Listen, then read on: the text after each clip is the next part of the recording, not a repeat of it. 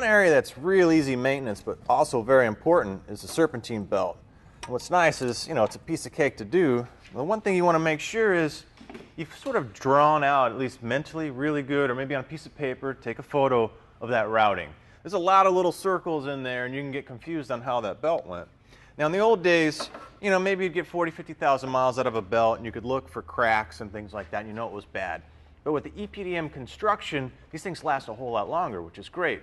85,000 miles is where they start to kind of taper off.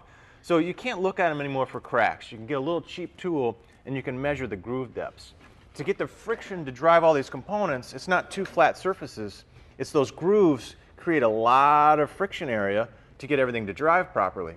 And the other thing too is once they wear out, you can a lot of times get some squealing because there's an aramid fiber layer. Now that layer is what's going to keep the noise down so it's not squealing on you. So make sure you pick up like a good US made like Dayco belt.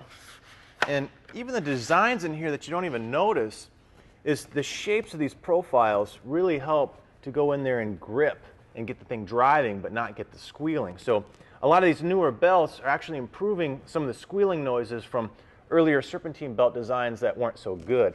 Now you want to make sure also you replace your tensioner and your idler because these things have been spinning around for 180,000 miles. And this guy's not just hanging around with a spring on it. You've got crank torsional, so every time that cylinder fires, you're pulling the belt, releasing it. Every time that AC compressor is pumping. So you got a lot of action going on with that tensioner. So a couple of bolts, a little routing, easy maintenance.